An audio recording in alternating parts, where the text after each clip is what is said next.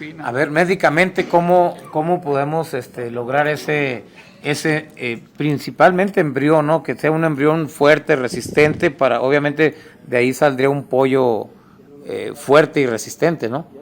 No, eso es demasiado aburrido y está escrito por todos lados.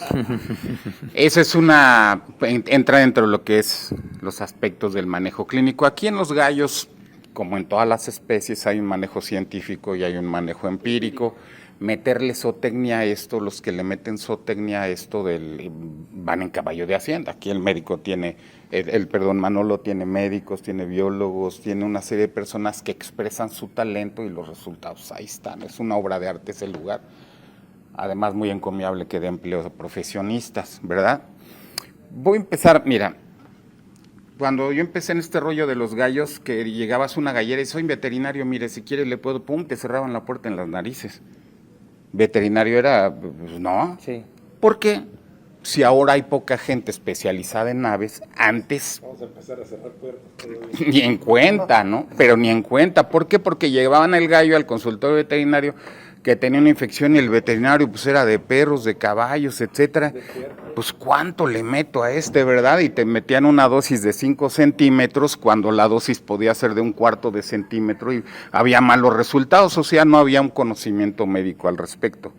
Pero yo me metí a la carrera por los gallos, o sea, yo iba para escultor, pintor o para escritor, es decir, todo era mi rubro, hasta que me prestaron un gallo, me lo encargaron y ese día tenía que escoger, fíjate cómo es proveería a veces las cosas.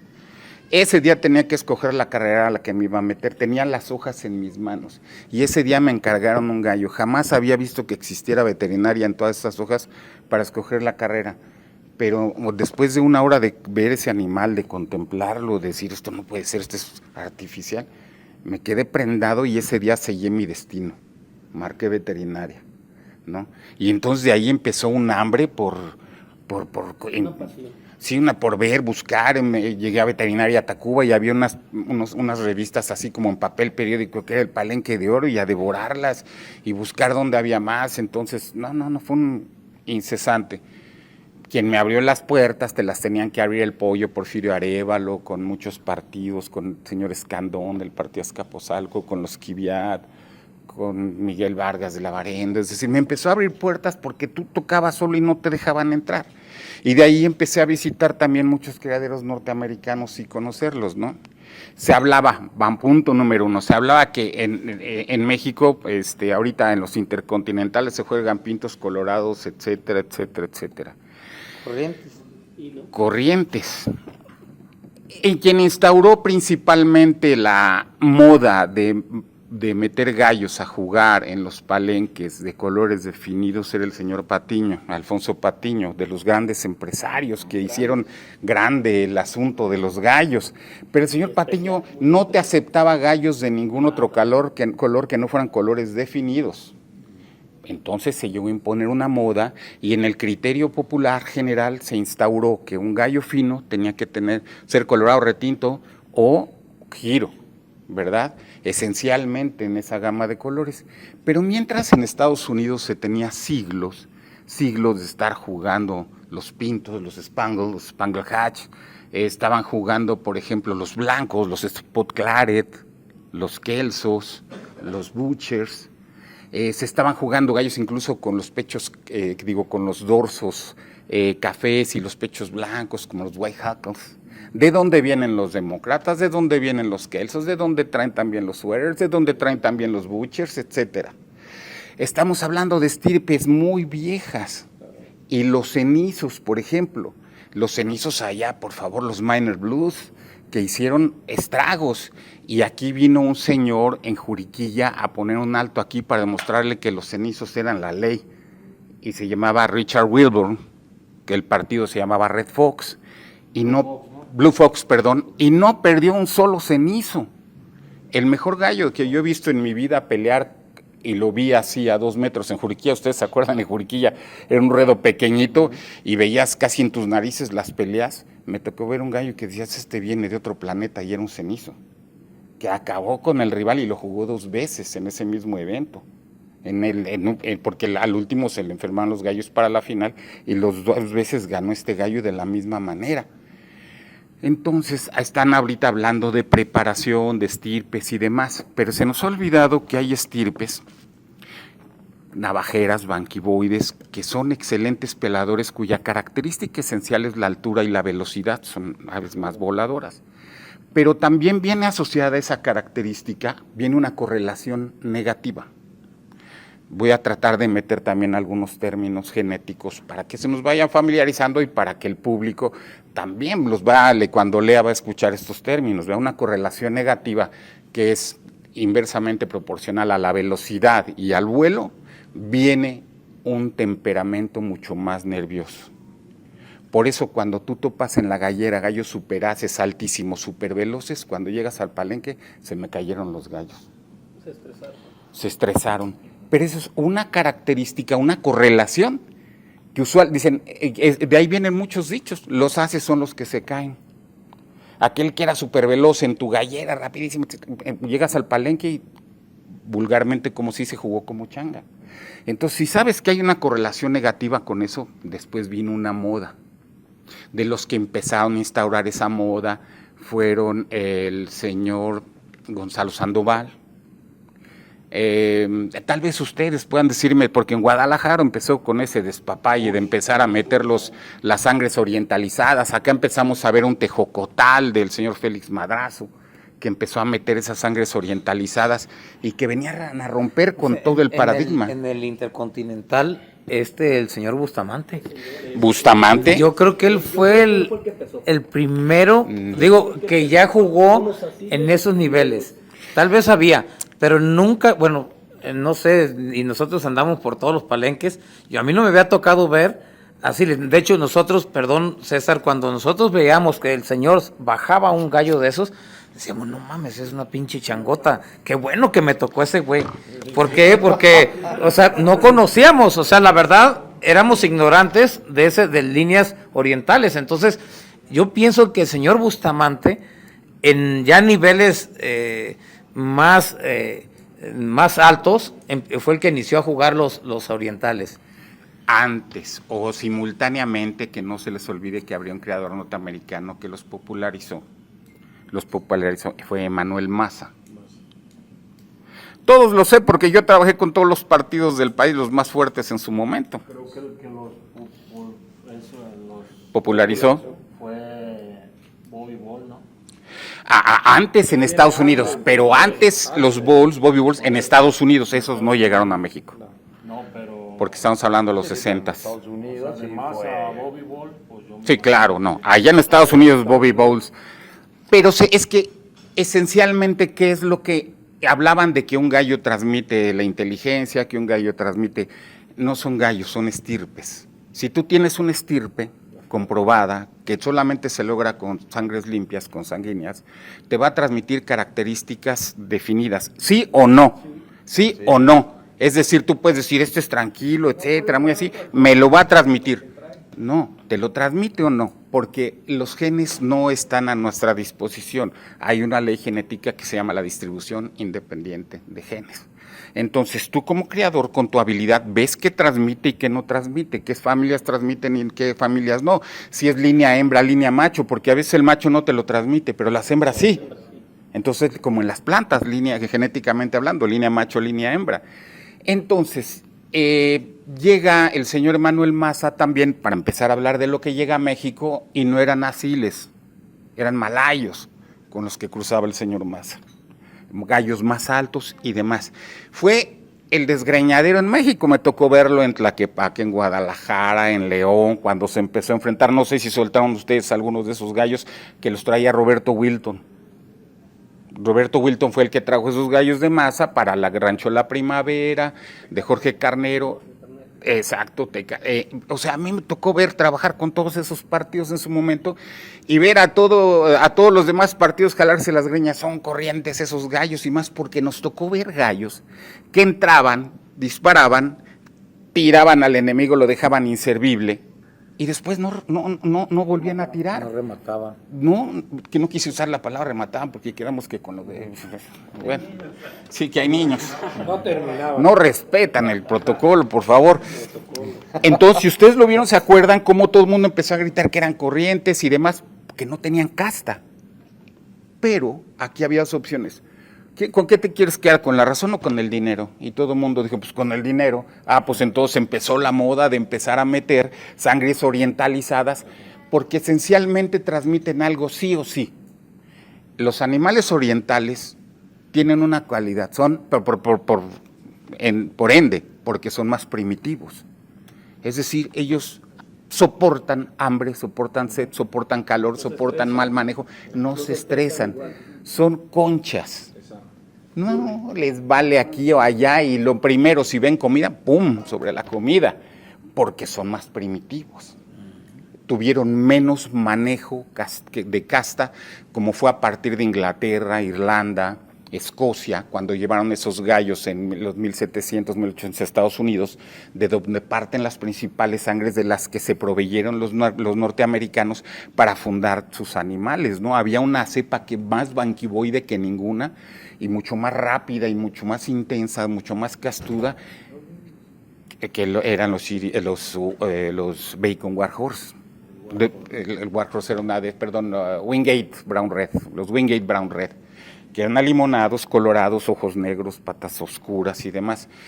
Y después pasaron muchos siglos y llegando a México decías, no, los prietos son corrientes. Cuando el gallo más valiente y castudo eran los Wingate Brown Reds, ¿no? Eran rapidísimos y supervoladores. Se empiezan a gestar muchas cosas de dimes y diretes que la moda le impone donde se juega más dinero. Ese es nuestro modelo a seguir. Porque pues, ahí está jugando mucha lana, deben ser los mejores gallos. No, yo les digo, abran los ojos. Abran los ojos. A lo mejor los mejores gallos los tienes en tu gallera. Y siempre estás viendo mejor el otro. Y tú lo ves cuando en el Intercontinental está la ceremonia de pesaje. Ay, ese gallote, ojalá y no me toque, ¿no? Y todos los gallos de los rivales los ves enormes, los ves más finos, y ves a tu gallo ahí todo como de chiquito. Es parte de la atención, parte de la emoción. Sí. No, llega a las manos de los soltadores. Sí, no, patrón, viene seco, viene húmedo, viene apretado. Ahora se maneja que húmedo o que seco y demás. Antes era apretado o flojo. Toda la vida ha sido. No, pero antes era lo que se manejaba, no existía el término de humedad y esas cosas, no existía. De repente yo cuando voy a decir, ahora húmedo, ahora seco, que empezaron a implementar gentes que venían del norte en los palenques. ¿Puedo hacer un comentario? Sí. Eso que comenta es parte del cambio de los términos. Y les voy a hacer un comentario ahorita que es como fuera un poquito de lugar. Es hablando como del punteo. Mucha gente critica el punteo, que es una tontería. Y yo creo que el punteo, así como dice el médico, de los términos de la humedad, lo seco, o que está muy pasado, muy húmedo. Sí, antes se usaba y se sigue usando el término está apretado o ya se juntó bien, de los galleros viejos. Sí. Y es igual, nada más viene cambiando un poquito el término nada más. Y el punteo, a mi punto de vista, y la humedad y todo eso, pues toda la vida ha existido. Que antes no se le dijera así, es diferente, pero pues, es algo que siempre ha existido. Los términos han cambiado, así como las cruzas y todo. Sí, pero entonces, bueno, para dejar claro algunos puntos, el chiste es que la gente que nos escucha se vaya con ideas más claras, ¿no? Hablamos de estirpes. En México, cuando jugaba Santana y que invitó a jugar a un coronel Sanders, que se llamaba, de Estados Unidos, aquí compromisos que se jugaban incluso hasta en Palacio Nacional, como en la Casa Blanca se jugaban gallos, donde Abraham Lincoln, el que abolió la esclavitud en Estados Unidos, era juez de gallos. Bueno, aquí jugaban y Santana sus famosos cenizos. Es bien cierto y hay que decirlo, el gallero es de las personas más necias dentro de las cepas de personas que existen. El gallero es un necio, en todo. Y si no, dime, te ponen una maraquiza donde pierdes 100, 200 de acuerdo al nivel de socioeconómico y todavía no terminas de pagar cuando ya estás pensando en la próxima.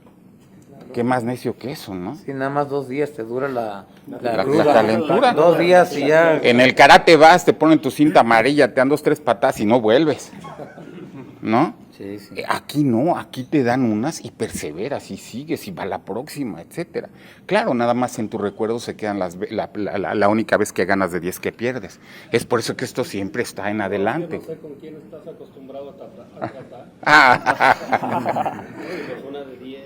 Sí, no, es que así es, o sea, para ejemplificar el tipo de lo que son los galleros, podemos decir que son necios, pero nosotros vamos a decirlo como una cualidad, perseverantes. Entonces hablamos de Estados Unidos, entonces aquí se jugaban los cenizos y les ponían unas patizas enormes. No ganaba un gallo Santana contra Sanders de los que mandaba, que venían de Estados Unidos. Pero en Estados Unidos había cenizos y de las cepas más antiguas, los Miner Blues, que podían venir en giros, en colorados, retintos, etcétera, en todas las variedades de patas. Y allá en Estados Unidos lo que cuida, si ustedes se acuerdan, hablaban de los Kelsos, de Mr. Walter Kelso, los Clares del coronel Madigan, ¿no? Los Gibbons, que eran unos hatches del coronel Gibbons, etcétera. La gente se especializaba en jugar sus cepas, que usualmente, en la mayoría de los casos, eran cepas puras, limpias, que se especializaban, no eran... La moda de cruzar gallos de distintas razas se dio en México. Allá no, allá le huían a eso, ellos trataban de perseverar.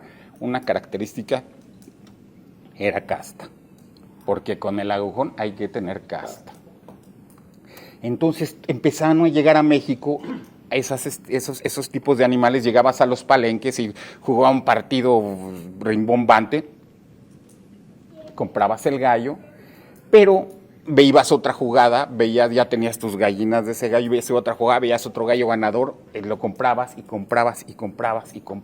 y es el vicio de todo el tiempo, ¿verdad? De comprarme. Resulta que nunca lograbas formar un estirpe. Y resulta que el aspecto de los gallos cortadores, la característica del corte, está regulada por genes recesivos.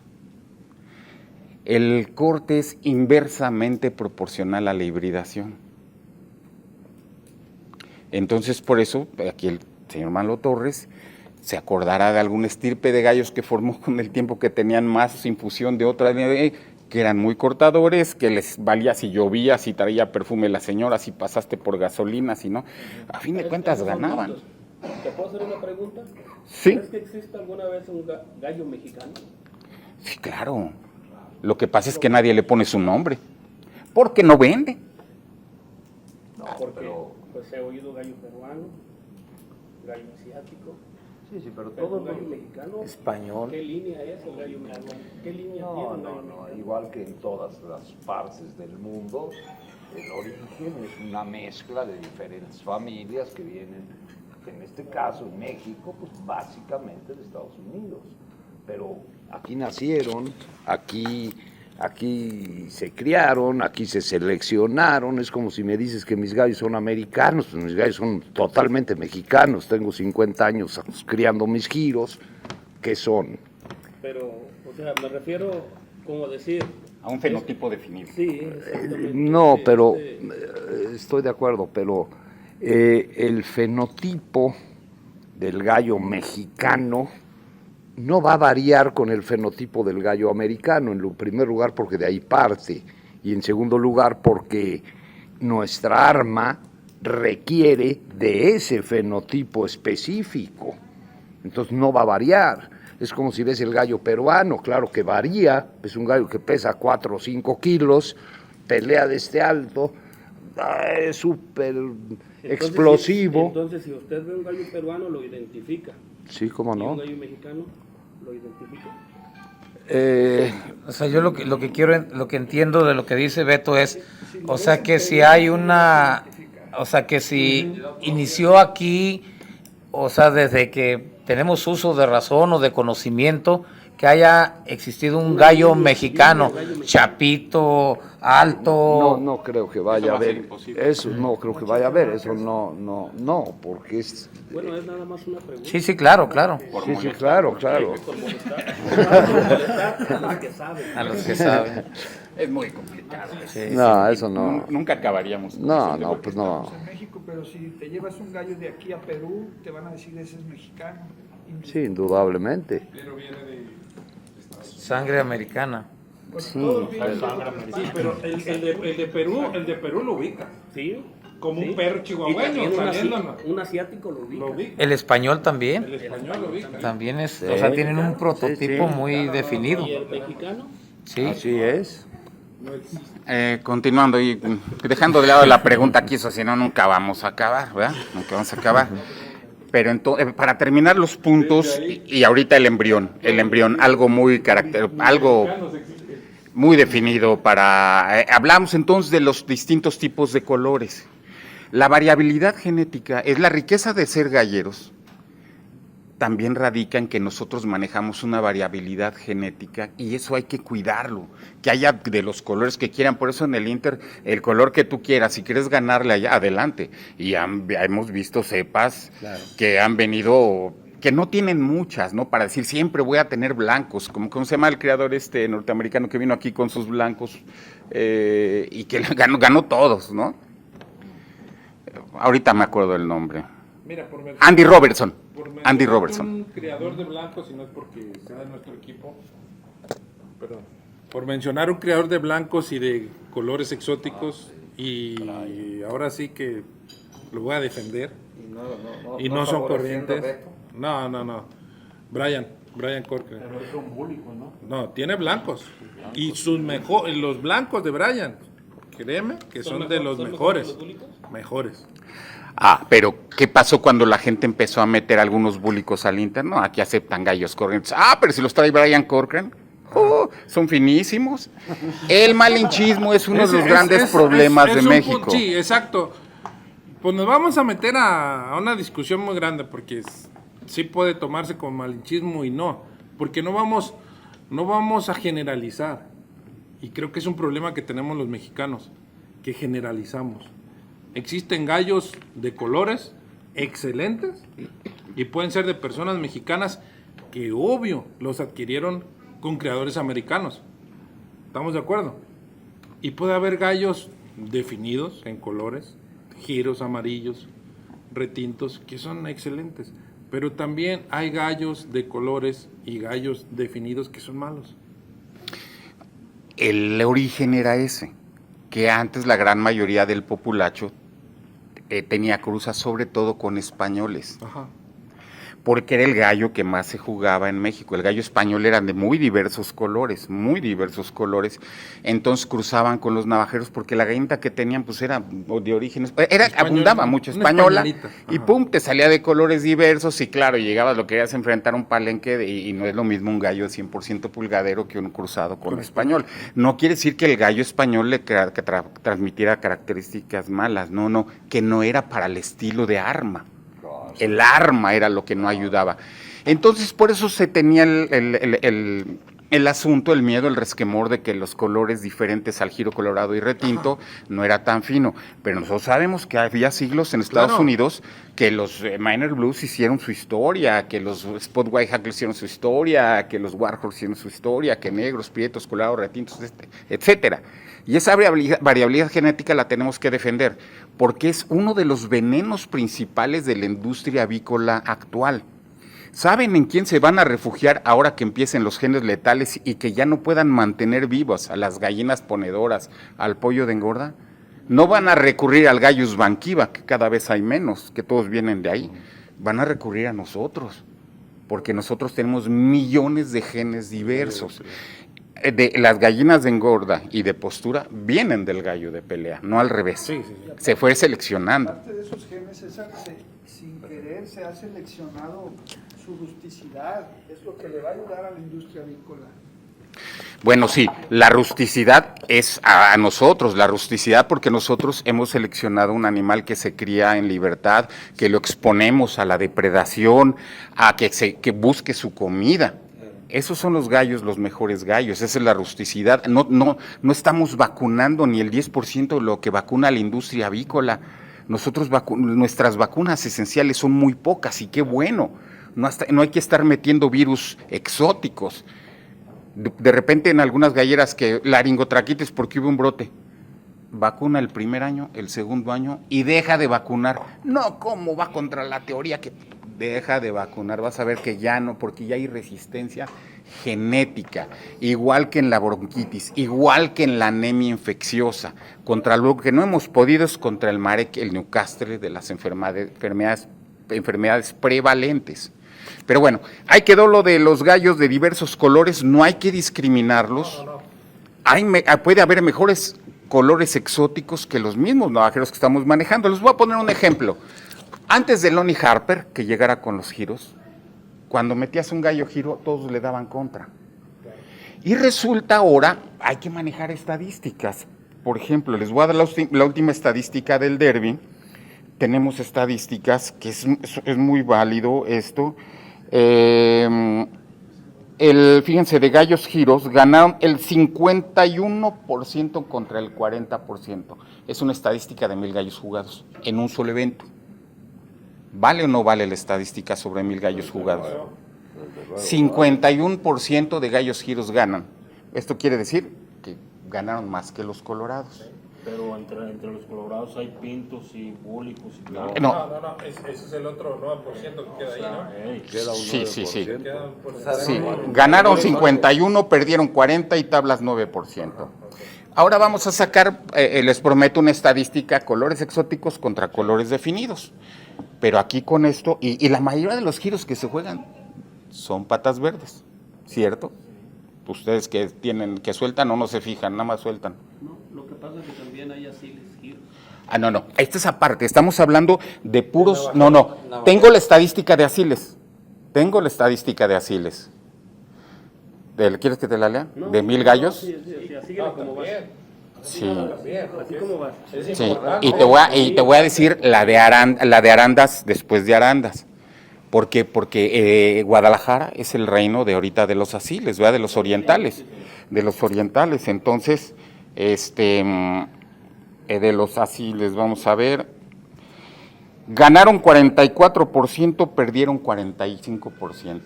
Es decir, ¿Cuáles? ganaron nada más el 44%. Sí. Perdieron el 45% y tablas 11%. Ahí van a la par más o menos. Más o menos, es decir, de 100 gallos, orientales contra navajeros, ganan 44 orientales, pierden 45 y entablan 11. Esto es de 1000 gallos en un solo evento.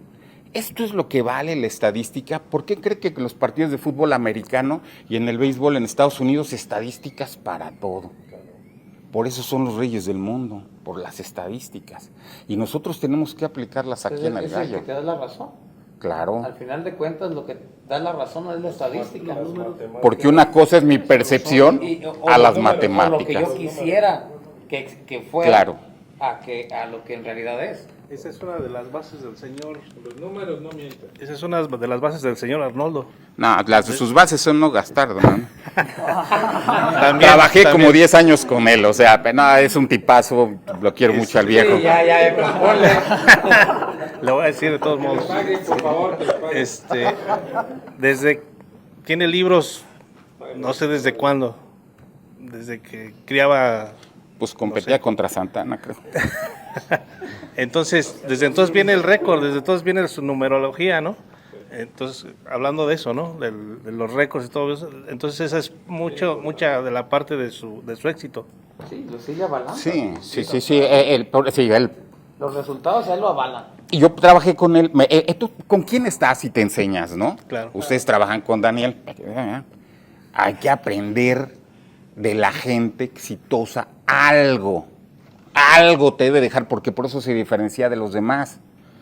Y me tocó trabajar con el señor Esquivia también. Sabemos que ellos eran de otra religión y sabemos que eran muy escrupulosos y son los que dominan al mundo en finanzas y demás. ¿Por qué?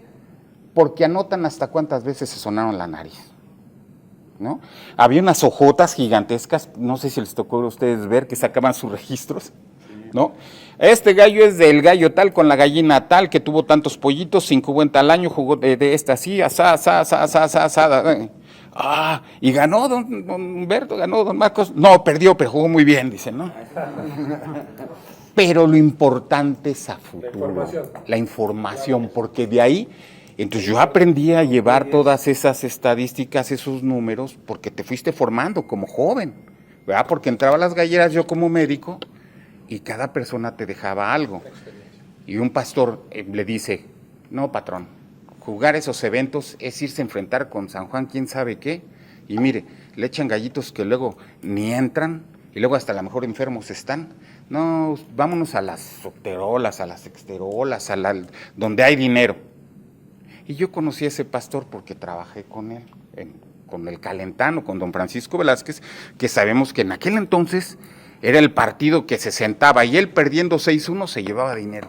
Les quitaba el dinero a todo el palenque. Él perdiendo ganaba. Sí. Entonces cuando entró con él y empezamos a ganar, un día me dijo, médico, yo creo que hasta aquí llegamos porque yo perdiendo ganaba más. En una pelea se salía y me tocó verlo. También iba a estadísticas. No, bueno, eran los números, él era barrotero. Él era el que ponía el precio del atún en el país de ese tamaño, ¿no? Y era el partido que más jugaba, ¿no? No sé, ya ustedes son muy jóvenes, pero aquí les contarán cómo era el asunto con sus excepciones, sin agraviar a los presentes, ¿verdad? Pero de lo que voy es con esto. Yo conocí a ese pastor y entonces, bueno, no voy a decir nombres, no. Y veo al dueño del partido que juega cantidades importantes y me repite lo mismo que el pastor, porque no fuiste al Inter, no, mira, luego te toca un gallo así, un gallo así. Yo sabía que lo que le estaba transmitiendo era el miedo, la autoestima baja, porque ese pastor lo conocí y yo le traté como persona de dar terapia para que subiera su autoestima. Él iba a jugar y ya estaba derrotado, ¿no? Llegabas a la gallera y, ¿qué hubo? ¿Por qué no fuiste a la jugada? Pues está la jugada en Puebla. No, pues es que no, amaneció bien nublado y yo vi a los gallos como tristes y tirado en la cama. Sufría de depresión y una serie de cosas. Y cierto o no, muchos patrones, el pastor dominaba la escena. Si el pastor decía, la señora no entra, porque una mujer no entra a la gallera, en aquellos entonces, me tocó verlo con Miguel Vargas, la señora ahí cociéndose en el carro afuera, ¿verdad? Cocinándose a 30 grados, porque el pastor no quería que entrara la señora a la gallera. ¿Por qué no se pasa, señora? No, el pastor hijo de no sé cuántas, dice, no quiere que entre, ya está mi marido adentro, dijo que 10 minutos ya lleva 1 hora, pero ahorita que salga, ¿no? Y así se las gastaban, era el empirismo. Ustedes, ¿cuántos casos no habrán conocido con patrones de mucho poder económico y que muchas veces el pastor los tenía agarrados, ¿no? Porque decía el jefe, pues bueno, con tal de ganar, ¿no? Igual tiene razón. Que se ahogue la señora. Sí, que se... Sí, y yo no dije eso, ¿eh? Y eso es lo importante. Tú como partido de primera división, ahorita, o de que juegas mucho dinero, tienes la obligación de que todo mundo se cale, de que vea que si lo que está haciendo está bien o está mal. Eso es algo dentro de la integridad como pastor, que todo mundo vea subir el nivel, la calidad de los gallos que está jugando. Aquella persona a la que perder un gallo es muchísimo, le puede muchísimo. Perder sus 30,000 pesos de una inscripción es el ahorro de todo el año. Vete para tu casa. Ajá. Entonces, o no estás haciendo las cosas bien, te ponen en su lugar. Ganar en un evento donde hay 500 participantes no puede ser segunda división. Tiene que ser primera división, primero en calidad de gallos, y enseguida que el pastor sea capaz de manejar, bajo ese estrés, bajo esas circunstancias, bajo ese nivel de impredecibilidad, llegues hasta arriba, y a pesar del soltador también. No, ahí es donde todo cuenta, ¿no? Porque sí, porque has visto que luego de repente, si hubiera tenido tal soltador, si me hubiera soltado tal, pues sí, todo se paga ahí. Pero primero, buen gallo, buen manejo, sentido común, y no hay primera ni segunda. Esa palabra es bien importante. Sentido común, porque se hace cada barbaridad. Son animales. Estamos conscientes que se les inyecta o se les pone esos nunca los vas a ver ganar en realidad. Mucho. Tú te das cuenta, un gallo bien comido, fino. Y es muchas veces el reflejo de la persona, el dueño que está ahí. No barbaridades, bien, lo que Dios manda. Calidad. primero casta. Sí, Casta. de hecho, la idea de esto es eso, o sea, de que podamos nosotros aportarle a las personas, poderles aportar. Yo comentaba, por ejemplo, médicamente, un semental. Personas que crían en Estados Unidos y crían muchos gallos, ellos comentaban que muchos de las enfermedades se transmiten, se les transmite desde el semental, lo trae ya y transmite la enfermedad. Entonces yo les comentaba que ellos me comentaban que por eso era importantísimo tener a los gallos médicamente sanos, o sea, el semental que debe de estar médicamente sano, ¿no? Para llegar a esto que tú estás comentando, César, de cuando llegas al palenque, cuando estás peleando el gallo, que los gallos sean fuertes, sanos y que puedan competir. Pero yo por eso les comentaba, me gustaría que le ayudáramos ahí también, o sea, qué tan real es eso de que tienes que tener bien vacunados tus sementales, tienes que tenerlos obviamente desparasitados, vías respiratorias, porque de hecho una de las cosas principales que me dijeron que se transmite en cuestión de semental a los pollos es problemas respiratorios. ¿Sí? Entonces, por eso la importancia de que podamos ayudarle a nuestros amigos que nos ven y nos escuchan de qué hacer, o sea, cómo hacerle o qué recomendarles para tener nuestros sementales sanos, nuestras reproductoras sanas, para continuar con nuestro... Previo a la crianza. Ajá. Sí, es un mundo la información, pero hablamos enfermedad crónica respiratoria.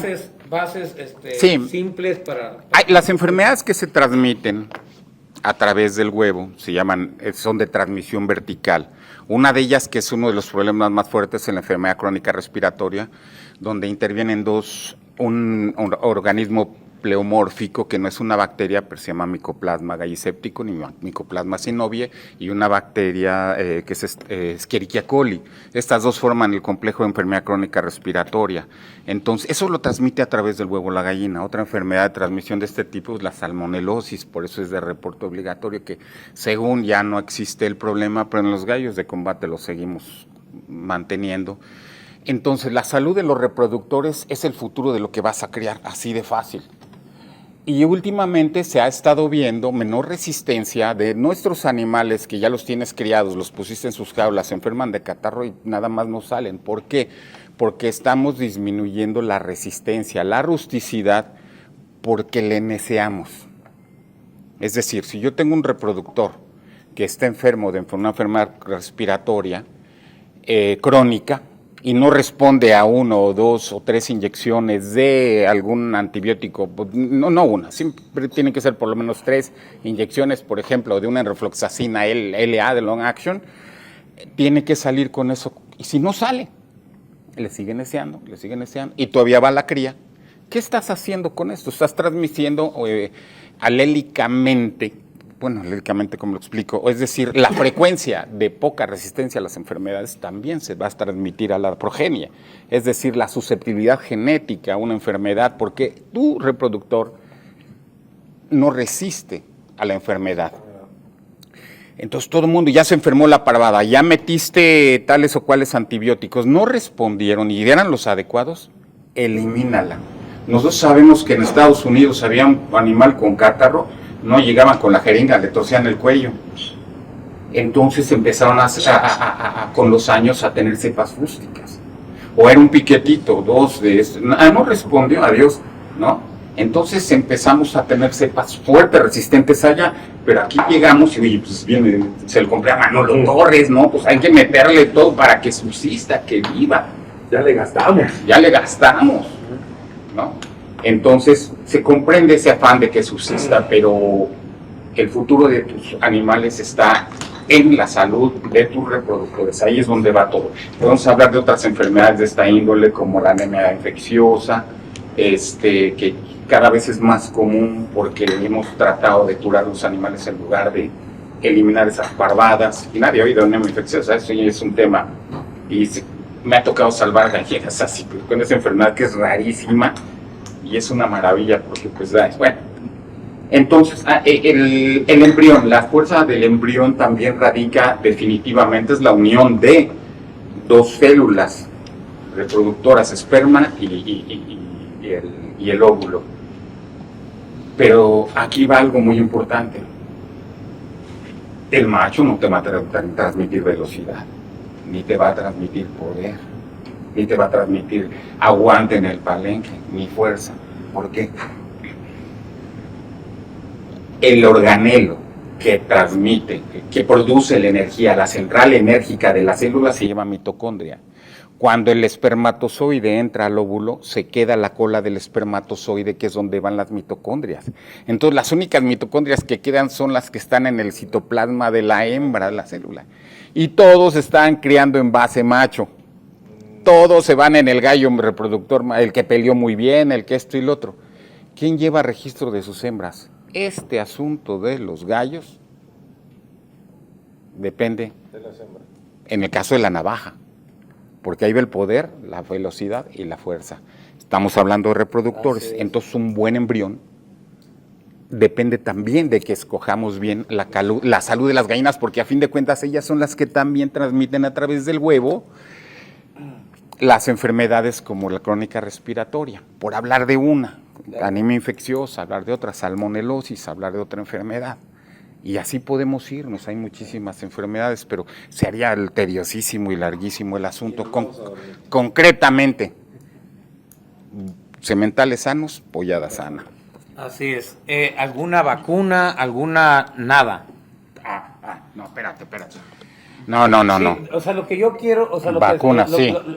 Estas preguntas son las que más nos hicieron ellos. O sea, quieren saber qué le puedo yo, ¿Cómo preparo mi semental para que esté sano. Mira, un calendario de vacunación general pero que tiene que ser rapidísimo y tiene que ser sí o sí. Las variantes no las vamos a tocar. Enfermedad de Newcastle, bronquitis infecciosa, pero no virus vivo. Tú compras tu vacuna de Newcastle, bronquitis infecciosa en forma oleosa, combinada las dos, aplicas detrás del cuello a tus reproductores y te olvidas de bronquitis, te olvidas de Newcastle durante la temporada de reproducción. Esas son las dos principales enfermedades que tienes que tener cubiertas. Nace el pollito, no necesitas meter bronquitis infecciosa de joven, o sea, vas a estar durante los primeros días, que es la susceptibilidad del pollito, con la inmunidad materna, porque también a través del huevo la gallina transmite los anticuerpos, se llama inmunidad pasiva, para resistir a enfermedades como Newcastle, bronquitis y muchas otras. Pero tienen una duración esa inmunidad. La de Newcastle es de 21 a 30 días en el pollo de pelea, es más larga que en las gallinas convencionales. Si yo vacuné a mis reproductores con esa vacuna oleosa, tengo la garantía de que mi pollito lo puedo vacunar, la primera vacuna de Newcastle al primer mes, no a los 15 días, a la semana donde le vas a partir el alma al pollito. Entonces, al mes ya puedo vacunar. Ya no hay inmunidad del lado de la madre pasiva con la que compita la vacuna que voy a aplicar de virus vivo. Virus vivo nada más, la primera vacuna. Ya no tienes que aplicar la cepa B1 al pollito, la lazota directa al mes. Y va bien el asunto. Entonces, Newcastle, bronquitis infecciosa, los reproductores, puedes meter la triple también, pero esa de base cada 4 meses, de ley, por el asunto de la pastorela, y no tienes que aplicar ninguna otra vacuna a los reproductores de las enfermedades principales. Váyanse con ese calendario sencillo y ya el manejo del pollito y eso ya es otra cosa, ¿no? Ya viene lo del mareo y una serie de cosas, pero lo más sencillo es esto. Ok. Sigo. Adelante. Nos brincamos un poquito la idea de la plática. Antes Pero de todo hablar es de las interesante, todo vacunas, es interesante. antes de hablar de las vacunas, hablamos de la genética, de la selección. Ya tenemos nuestro gallo ideal ahí en los tríos y ahora necesitamos que esos reproductores estén sanos para que nos den un huevo de calidad, para tener unos pollos sanos que tengan un porcentaje alto de sobrevivencia, que no se nos vayan a enfermar o que no se mueran antes de nacer, ¿sí? Eso es antes de ponerles vacunas. inclusive los sementales necesitan estar sanos, bien alimentados antes de poner vacunas. Sí, deben de tener una alimentación muy estricta. Entonces, en cuestión yo quiero de dar algunas sugerencias, nutrientes, ¿no? y me gustaría oír lo que hacen los criadores aquí presentes sobre la alimentación que se les da más especializada en algunos casos a los reproductores. La recomendación, así en general, bueno, pues que sea un alimento bien balanceado. Bien balanceado, entre comillas, pues es mucho decir y no decir nada, porque nadie sabe qué es bien balanceado y todo el mundo dice, no, este alimento es bien balanceado. Los vendedores así te lo venden, pero nadie puede decir qué es bien balanceado. Para empezar, en la literatura no hay escrito los requerimientos del gallo de pelea. Hay escrito los requerimientos de las gallinas ponedoras, de las reproductoras pesadas, reproductoras livianas, del pollo de engorda, pero no nada especializado para nosotros. Nosotros tenemos que pensar qué es lo diferente. Si es una gallina ponedora Leghorn igual o muy parecida a una hatch que tenemos, la ponedora pone 350 huevos al año, la de nosotros nomás pone 60. Entonces ahí ya cambió el requerimiento nutricional, ¿sí? Las gallinas Leghorn tienen 4 o 6 gallinas en una jaula, las de nosotros andan una gallina en todo el patio, o tenemos 3 o 4 o 8 gallinas en un gallinero de 2x4, tienen muchísimo más espacio que esas, entonces tienen un requerimiento nutricional diferente. En la nutrición, hace 40 años, las pocas fábricas de alimentos que había para animales, que eran muy grandes, hablamos de Purina, Anderson Clayton, Melder, Apiava, etcétera. El fuerte de ellos era fabricar alimentos para gallinas ponedoras, para pollo de engorda, para cerdos, para ganado lechero y para ganado de engorda. Pero ahorita, por ejemplo, nosotros, ¿qué les recomendamos a las personas que están interesadísimas en saber en una alimentación, por ejemplo, adecuada para unos reproductores, tanto de proteína, porque normalmente, digo, lo que usted comenta tiene mucha razón, o sea, el tener el alimento balanceado difícilmente. Normalmente nos basamos en marcas que tienen control de calidad, que tienen químicos, y no marcas que tienen su revolvedora y le meten tanto de maíz, tanto de sorgo, tanto de esto, y ahí va, y eso es. Entonces yo pienso que debemos de basarnos prácticamente en porcentajes, o sea, por ejemplo, ¿qué porcentaje de proteína debe de contener o debe de traer el alimento que le administramos a los reproductores? Mira, más vamos ya aterrizando un poquito con las dudas que tienes tú, que eres el portavoz de las personas que nos están oyendo, de los interesados. Les decía que antiguamente no había una nutrición especializada para gallos, ni para caballos, ni para perros. Las fábricas de alimentos los tenían nomás como un servicio al cliente. Así es. Entonces, cuando los productores pecuarios empezaron a integrar, hicieron las asociaciones de avicultores, de porcicultores, etcétera, empezaron a poner sus fábricas, y estas fábricas grandes que mencionamos al principio bajaron las ventas, y entonces empezaron a voltear a los alimentos especializados para los gallos, para los borregos, para los perros, para los gatos, etcétera, los caballos. Entonces ya hubo más interés de qué le pongo. A ver, tráiganse al gallero más ganador, que nos diga qué le da de comer a sus gallos, qué le está dando de comer, cómo quieren las mezclas. Los galleros, como antes no había alimentos especializados, cada quien hacía su fórmula o la heredó de su abuelito o su papá le enseñó, y él empezó pues a prueba y error, robándose los ingredientes de la cocina de la casa. le robaba a la señora el arroz y el maíz de las palomitas y los chícharos y las lentejas. Por eso está la costumbre de estarle metiendo una variedad ahí de semillas con la idea de que mientras más variado, menos deficiencias vamos a tener. Pero no está bien y económicamente lo hacemos mal. ¿Sí? Es muy caro. El maíz palomero es muy similar al maíz amarillo o al maíz blanco. En la nutrición sí varía un poquito, pero no el precio.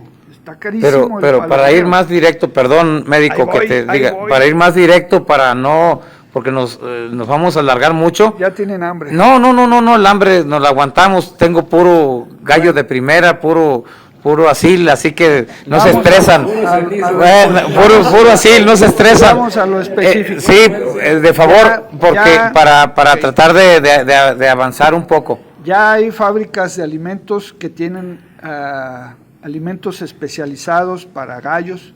Hace 15 años me tocó hacerle las fórmulas a Industrias Melder. Ellos tienen 9 fórmulas diferentes para pollito, para reproductores, para desarrollo, para pelecha, mezclas de granos para que tú les pongas tus proteínas que quieras, concentrado de proteínas para que tú le pongas los granos que tú quieras, etcétera. 9 diferentes. Así es. En general no hay en todo el país. Busquen para los reproductores un alimento que tenga mínimo 18% de proteína, que sea para gallinas ponedoras si no encuentran un especial para reproductores, porque tiene calcio suficiente. Ese alimento no debe ser para el gallo, porque la gallina, esos alimentos tienen 3% de calcio, que la gallina lo necesita para formar el cascarón. Pero estamos con el gallo, el semental, ahí le estamos provocando una paraqueratosis, por eso las plumas quebradizas del semental, etcétera. Entonces necesitamos un alimento con menos calcio para las gallinas y ponerles una fuente de calcio aparte a las gallinas, que ellas le van a entrar más ahí a un crit, a una arena de mar, que son puras conchitas molidas, es excelente fuente de calcio, o calcio molido, conchas molidas de ostión, carbonato de calcio en piedritas, jabas, huesos molidos, todos esos son excelentes Pero fuentes de se calcio. Aparte, Se le administra aparte para que ella tome lo que necesita. no aparte, adentro del gallinero. El Sí, gallo sí, a lo claro, mejor obviamente va a prueba, dentro del pero gallinero. Las gallinas son las que le van a Pero me empezar refiero más fuerte. no mezclado con el alimento. No mezclado, para que no obligar al gallo a consumir más calcio del que él prefiere. Médico, pero también lo que puede ser es darle de comer al gallo aparte y lo regresas, porque de lo contrario, este asunto de hacerle al nutriólogo en el asunto de la reproducción, en el caso tuyo que estás especializado en eso, pues te es fácil, ¿verdad? ¿No?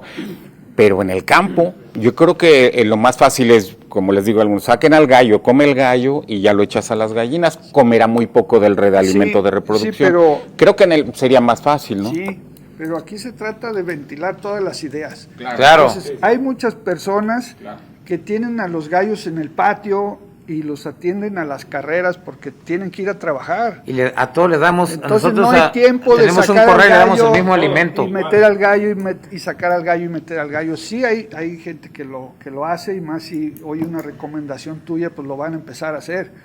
Pero es estar esclavizando más a la gente, más de lo necesario en muchas ocasiones, porque eso a lo mejor lo hacen los partidos de primera. Pero el que cuida sus Pero gallos de hecho para es lo que jugar en estamos buscando, que todos sean de primera. No. Esa plática es para eso, para buscar que todos para- sean de para primera. profesionalizarlos. Ok, para una persona principiante, para una persona que está iniciando en la cría, o todas las personas que están viendo, que muchos son aficionados, y me considero aficionado en la cría también, ¿usted cómo haría para alimentar de una forma correcta su gallo y sus gallinas sin la necesidad de yo tener que apartar el gallo? Yo les daría un alimento de mantenimiento, una fuente de algún forraje verde, como puede ser alfalfa o algún pasto ryegrass, que esté verde. Si tienen la disponibilidad de algo de fruta, zanahoria rallada, alguna cosita, poquito, no que sobre ni mucho. Y su fuente de calcio aparte, un alimento balanceado de 18 de proteína, su fuente de No calcio ponedora. y un verde.